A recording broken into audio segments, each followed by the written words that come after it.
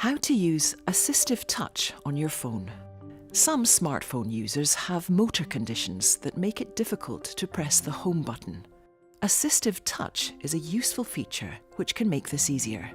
On iPhone, go to Settings, General, and select Accessibility. Scroll down the menu and turn on Assistive Touch. A virtual home button appears and will stay on screen even when apps are open.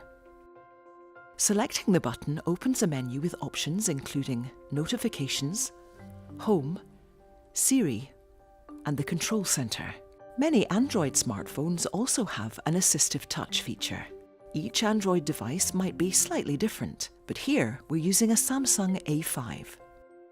Go to Apps, Settings, Accessibility, and select Dexterity and Interaction.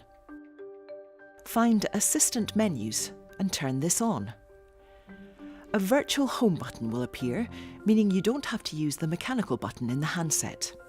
That's an introduction to how you can use Assistive Touch on your iPhone or Android device.